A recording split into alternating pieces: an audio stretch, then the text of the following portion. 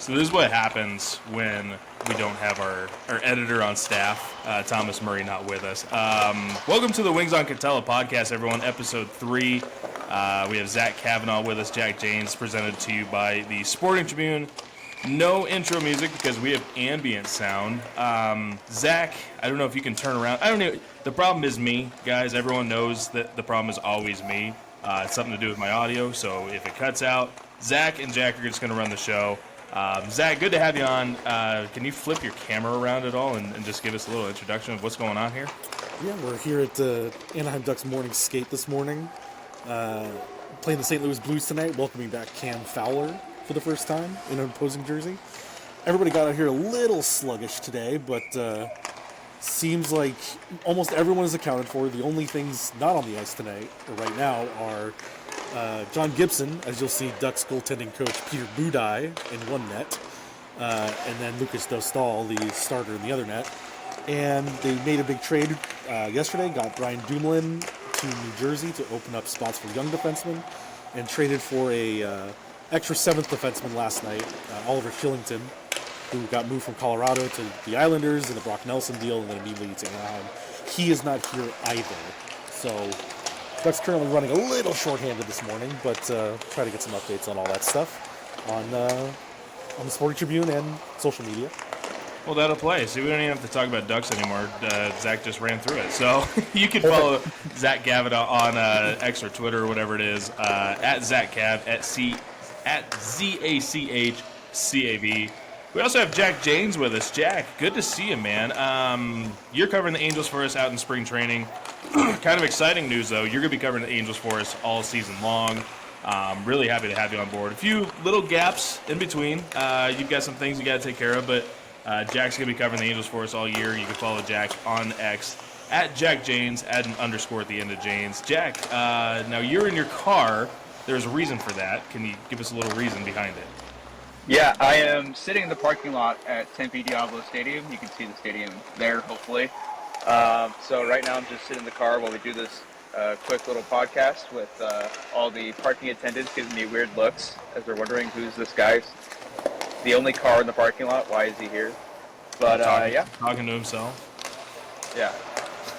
So, Jack, I know you got to get out of here a little earlier. Zach, obviously you're busy, so we're going to run this real short, guys. Jack, you ran a story yesterday about Kyren Paris. We're going to talk a little bit about this, but the Angels infield, essentially they're looking at the last starting pitcher, the last 3 to 5 to 6 spots in the bullpen, and a few spots in the infield. You mentioned Kyren Paris in a story yesterday. Can you take us through that story? Hot topic this spring, Kyren Paris going through some swing adjustments, a little bit of a swing change. Can you take us through that story and what you had? Yeah, so a few days ago I was sitting there in the press box watching him hit, and I was like, it obviously looks different than last year. And I started pulling up videos, and I'm watching his home run video he hit against the Cubs to tie the game in the 9th inning. And I just thought, like, man, that looks a lot like Aaron Judge's swing. Like, the leg kick, the way, like, the slow load with his hands on his load, and the follow-through especially, like, it just looked like Aaron Judge. And so I knew he's a Northern California kid, so is Judge, so I wonder if maybe he went and visited the same hitting coach that Judge had. So yesterday at the availability in the clubhouse, I walked up to him, asked him, about his swing adjustments, and sure enough, he did go see Judge's hitting coach in St. Louis, worked with him throughout the offseason, and it's paying off so far. I don't have the numbers on top of my head, but I think he's hitting over, is he hitting over 400 now? I believe so, yeah. Yeah, he's hit over 400 this spring, so it's paying off. No, absolutely. And, I hate to cut you off there.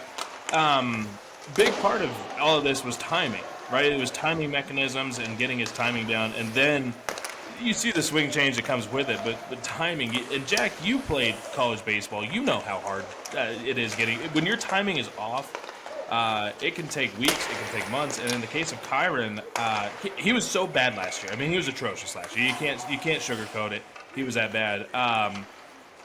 Could his timing have been off an entire year to a point where now his timing is back and we're seeing the hitter that everyone believed Kyren Paris is? Because this is a second-round pick that when you look at that draft year, essentially he was their first round pick because they traded Will Wilson immediately after that. Could this be the change, the shift that maybe turns Kyren Paris into what people are expecting him to be? Hopefully. I mean, you said it. Like timing's everything in baseball. If you don't have your timing, you can't hit. That's just a flat out fact. So whether or not he had his timing throughout the entire season last year, I can't speak to that. But you know, first things first in hitting. First thing you got to do is be on time. If you're not on time, you're not going to hit anything.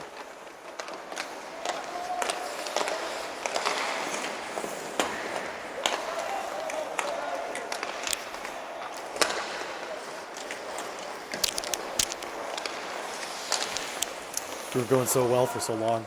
We were going so well. We were rolling.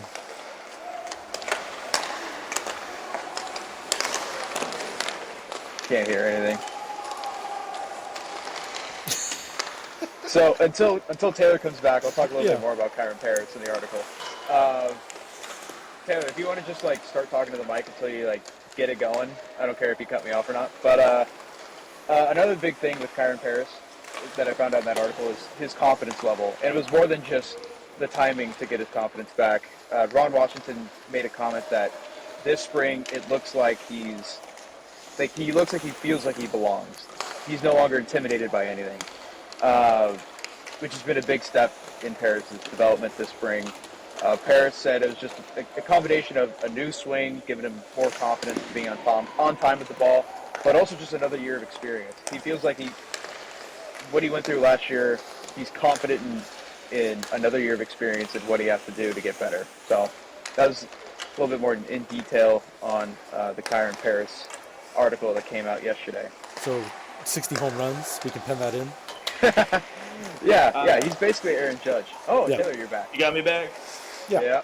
I know the audio is going to fall off. It's we are not sponsored by Blue microphones or whatever this thing is, but it's a piece of junk. So I'm just going through the headsets, boys. Jack, you mentioned it, confidence, timing, the works. Where does Kyren Paris fit into potentially this Angels roster? At this point, do you believe he has a chance to start at somewhere in the middle infield, maybe get the bench spot in the middle infield, or do you think he's bound for Salt Lake just to start the year? My personal belief is Salt Lake. I think there's definitely a chance that he could be with a major league club, but I would assume the Angels would want him to be playing every day because I don't think he's going to carve out a starting role right out of the gate out of spring training. I think, I think they'd rather have him play every day. So I think that's going to have to come in Salt Lake. No, that makes a lot of sense. I don't want to take too much of your time, Jack. I know you got to head out of here, but just I ran through the position battles. Angels are going to need a fifth starter. That's going to come down between Caden Dana, Reed Detmers, Jack Kahanowicz, Chase Silseth. Outside of Dana, all those guys have a chance at the bullpen. You're looking at maybe 5 to 6 relief spots. I think Kenley Jansen and Ben Joyce are the only locks. Maybe Brock Burke is thrown in there as well. Garrett McDaniels with the Rule 5 pick, maybe at least for opening day, gets a little bit of a leeway there with the way he's performed. Jose Suarez, at this point, it's either he earns a spot, makes it, or he's off the roster. At this point, that's what it is with Jose. Speaking of other Jose Quijada, Jack, do you have an update on Jose Quijada at all? I haven't seen him this spring, and that's why I'm curious. Yeah, Washington, was it yesterday, the day before? Either way, he said he had he didn't get too specific, but it sounded like kind of like an ingrown hair that like swelled up in a part of his body. So you can kind of put two and two together that he didn't want to, yeah. Yeah. So Sure. Huh? Yeah. I'll just leave it at that. That's fine. Yeah. That's perfectly fine. I'm glad that we got that out of the way. So Jose Quijada probably at least iffy for the opening day roster, pending some hair decisions, some follicle decisions. Going through the relief corps again, we're trying to just kind of run through it and figure it out. But I think the other position, catcher's locked up. I think corner infield, at least starting-wise, is in place. The outfield, probably done. Probably the 4 guys there. We talked about second base, but it leaves I think Kevin Newman is going to make this roster either at second base or shortstop. So it leaves at least one middle infield starting position open, and at least one extra infield position open, if not two, depending on if they carry 13 pitchers or 12. And I think that extra infield position I'm talking about, the sixth position player or bench player, would be a corner type, at least someone that's capable of third, first, left field kind of thing. Real quick, Jack, when we're looking at the middle infield, I think we're looking at Scott Kingery, Kyren Paris, Tim Anderson, and Christian Moore. When we're looking at the other side of that, we can add those guys, of course, but I think we're looking at Nico Cavadas, Ryan Noda, J.D. Davis, and maybe Matt Lugo. I think Matt Lugo's had an incredible spring. I think he's a really big get for what they got at the trade deadline last year. If he can play third, if he can play left, I think it's a huge marker for him. But out of those 8 guys, you kind of got to isolate down to either 1 or 2 at this point. I guess 2 at least, so 2 or 3 of those guys. Who would be a standout for you, Jack, on those 8 guys? I know I mentioned 8, and I'm asking for 3, but for you personally. For me, the biggest guy that stands out is Kevin Newman. He got some pretty significant time at shortstop with the D-backs last year, and he was really good defensively. Off the top of my head, I could be wrong, but I think it was 4 outs above average at shortstop last season.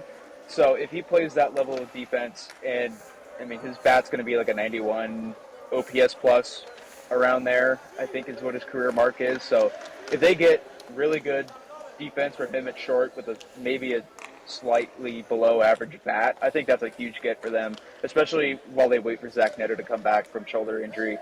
So that's the guy that stands out to me. That's fair. And I kind of throw Kevin Newman already into the starting lineup for opening day just because of his capabilities at shortstop. How about the other guys? Kingery, Anderson, Moore, et cetera, et cetera. Yeah, I think Nico Cavadas has a good shot just because he got a taste of the majors last year. He lit up the fall league over the fall. So I think he's got a shot. Kingery definitely has a shot. I think it just kind of depends on what they need. Like, I mean, Yohan Moncada, he's healthy right now, but his track record suggests he could get hurt. And Wash seems to really love Luis Rengifo at third base a lot more than second. He thinks Rengifo's best position is third. So, in the meantime, it sounds like Moncada at third, Rengifo at second. But if, God forbid, if Moncada goes down with an injury, I think Rengifo would shift over to third. And then you can kind of play with your options a little bit. Christian Moore, I'm not sure if he's going to make the cut out of spring training. He hasn't looked bad. I don't think he's done enough to solidify a roster spot. That's absolutely fair. And you want him playing every day as well. Exactly. Because you want him playing every day, and if he's not making the cut at the Major League roster, you got to figure something else out. Who would be, as of today, if Nolan Schaunwell needs a day off? Is Travis d'Arnaud your backup first baseman? I'm not sure if he's had any reps at first base this spring. I can look into that. I just don't know who would, because if you look at the guys that are projected for this, maybe Taylor Ward. Maybe Taylor Ward is the only guy that's gotten time at the Major Leagues at first base. Yeah. Yeah, I don't know. I'm trying to think of around the horn who would. I don't think Moncada's ever played first, has he? I don't think so. Yeah, that's why I think Nico Cavadas has a pretty decent chance. Oh, and that's an absolutely reasonable approach to it. So, Jack, thanks. I know I took up some of your time. I know 15 minutes. We said we'd keep it short. So, Jack, go ahead and get out of here. Really appreciate it. Again, Jack, where can people find your work? Plug in the company, plug in yourself. Yeah, I'll be writing in Sporting Tribune all spring, all season long with the Angels. And then on Twitter, it's JackJanes_. I'm posting daily updates whenever I'm at the field. I posted so the article yesterday about Kyren Paris. After that, I went in and posted a side-by-side view of Paris' swing compared to Judge's swing to kind of note the differences and similarities in it. So post stuff like that, and looking forward to the season starting. Absolutely, buddy. Well, hey, get out of here. Have fun. I know your family's coming into town here this week, so enjoy yourself, and we'll talk to you soon, buddy. And Zach, you stay right there, buddy. All right. Here, man. See you guys. See you, Jack. All right, Zach. Well, we're going to continue on. Hopefully my audio doesn't cut out. Like I said, it's always me. I'm the issue. I'm the problem. It's me. And that is Josiah and the Bonnevilles, not Taylor Swift. So Well, you're splitting your time between being Taylor Blake Ward, Taylor Ward the baseball player, and Taylor Ward the Ontario Reign. So you know it, buddy. You're all over and the out place. of the three, I am not my own favorite. So there's also, I don't know if you know this or not, there is also Taylor Ward's wife.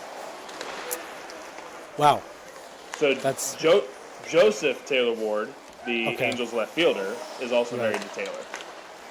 Interesting. I don't know if she took his name. I do not know. I just know that her name is Taylor. Really, I like Taylor and I like his family.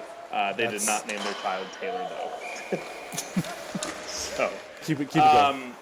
Zach, we're going to talk about Anaheim Ducks here. Absolutely, man. After coming home from that long 6-game skid, and that was the trip out east, early part of January, they ended up with only 3 points over those 6 games. Since January 21st, they are 9-5-1, points in 10 of 15 games. At one point, they won 8 of 11.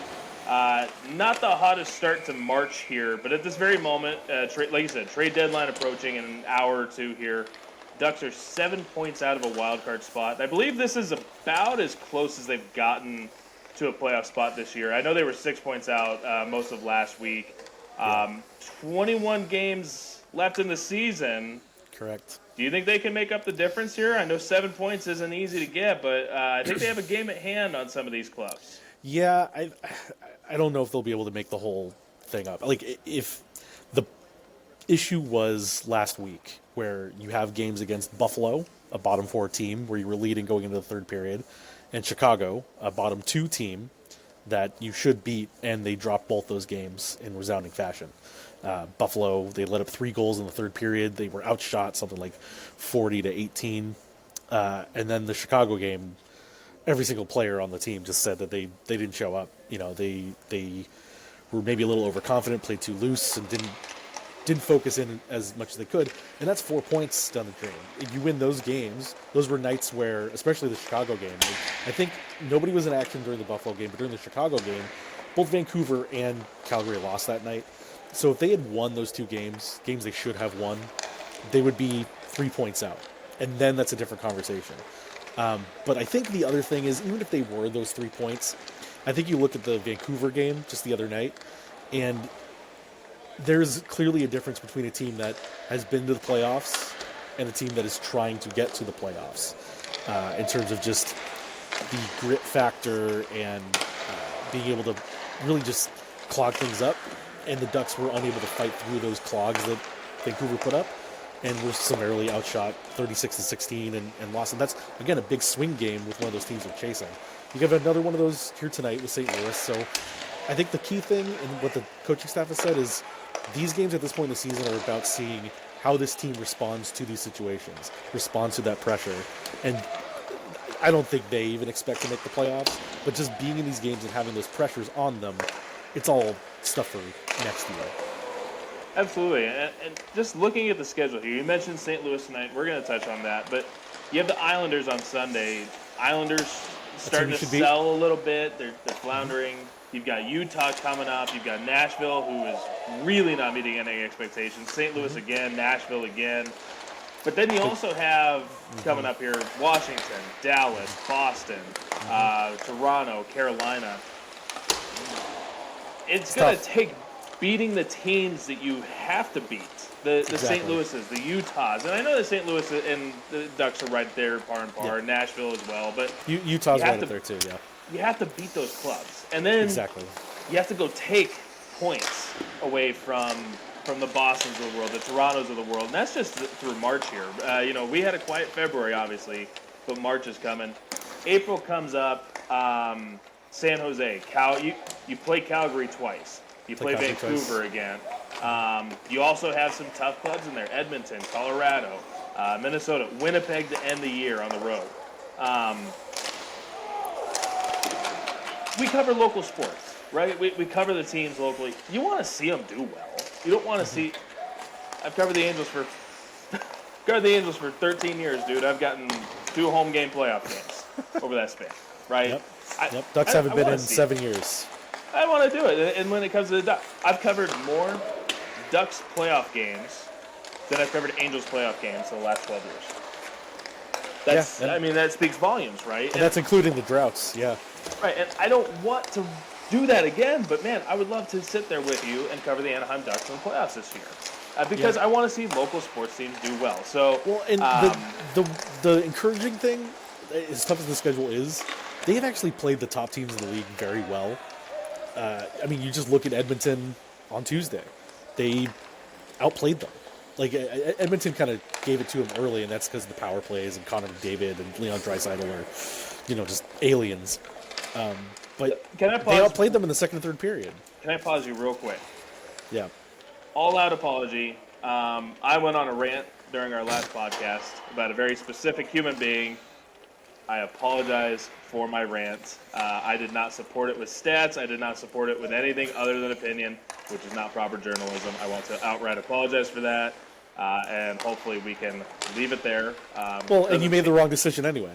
Doesn't change my opinion one way or another. Does not change my opinion, but I did not support my opinion with facts. At least here on the podcast, I can do it now, but we're not going to do that. We're not going to get into that. So, Zach, go ahead. Sorry, I apologize. You mentioned Connor McDavid, who is outstanding, and we'll just keep going with that. So, I apologize. They played these very good teams very well. Yeah, and I think there's something to be said there, but again, like I said, also like in the Vancouver game, it's where the rubber meets the road here, and the good teams are ramping up in the playoffs and trying to lock in playoff-style hockey. And the Ducks just haven't gotten to a point where they can do that yet. And again, it's all about seeing how this team responds. 2 games like tonight, 2 games like the last 2, we'll see how they do. I think they're in a very good spot in terms of where they are in growth. They surpassed last year's point total already. They matched last year's win total. Anything at this point is a win going forward in the last 20 games. I actually have to get out of here because they're getting off the ice, so I got to go down and do some interviews. Okay, I'm going to run through this real quick myself. Zach, pleasure, man. Go ahead, log out. I'm going to plug you away. Right. We'll Thanks, talk guys. about your art. Yeah, absolutely. See you, buddy. Go read my Cam Fowler story. I went up to the Kings practice facility yesterday and talked to that man. He's a wonderful human, and he should get a huge reception here tonight, so excited to see that. Absolutely. Thanks, I'm going to talk about that right now. See you, Zach. Thanks. Flying solo on the podcast. Did not expect that. Busy day for everyone, as you guys have noticed, obviously. Like we said, we're going to keep it short. Jack is at the park. Zach's at the rink. I'm here at home. It snowed here in Lake Arrowhead, so going to get out my weekend. Zach was mentioning it. Cam Fowler does return to the pond tonight. It is March 7th. Hopefully we get this podcast out by March 7th. But Cam Fowler returning to the pond tonight. As Zach mentioned, a lovely guy, obviously, but this is a guy that, when you look at time on ice, Ryan Getzlaf has the most games skated with the Anaheim Ducks, but time on ice, Cam Fowler leads the Anaheim Ducks organization with time on ice. There's no one that spent more time playing for the Anaheim Ducks than Cam Fowler. His return is really going to be important. I hope that the Anaheim Ducks, that's something I got to say about Anaheim Ducks fans. They really are a special group. They really do support their own. And that's also part of what's going on with the community. Samueli, the Ducks respond back. The Samueli family, you have to give them that. I'm trying to pull up Zach's article just as I speak here. But, Zach went out to El Segundo to talk to Cam. Just said, luckily, it's the same place that we used to park. So it's funny, he's talking about those kind of things. But this is something Cam says, I hope it's all love from everyone. It's all love from on my side. I'm grateful for the opportunity I had, so I'm going to try and go in with no expectations and try and soak it all in as best I can. I hope that Cam Fowler receives a warm reception upon his return. we all know this is a business. It's an entertainment industry. It's also a sports industry. This was purely business that Cam Fowler had to move away. And you might see some trades here. Obviously, Zach mentioned the Brian Dumoulin trade. He mentioned the Olivia Killington trade, addressing depth, moving it on. Because I was going to talk to Zach about the defensive core for the Anaheim Ducks. And we'll save that for next time. But this gives more ice time to Olin Zellweger and the other kid, Meikov, Pavel Meikov. I apologize for that. Pavel Meikov. So we're going to save that for next time. I wasn't planning on doing this by myself to end it, but if you get a chance, head over to www.thesportingtribune.com. Check out Zach's article on Cam Fowler. Check out Jack's article on Kyren Paris. We're going to have a lot of detailed articles like this coming through. NHL trade deadline is later today, or it is today. So I'm just going to cut it out. We're going to call it quits. Short, little 25-minute podcast. Appreciate you guys checking in. If you have suggestions, etc., go ahead, hit the comments, send us emails. You can follow Jack Janes on Twitter at Jack Janes, put an underscore at the end. You can follow Zach Kavanaugh on Twitter at Zach Cav, ZACHCAV. You can follow myself on Twitter at Taylor Blake Ward. And of course, you can follow the Sporting Tribune on Twitter as well at Sporting Trib. You can check out our work at thesportingtribune.com. For the Wings on Katella, episode 3, I'm Taylor Blake Ward. Have an awesome afternoon, everyone.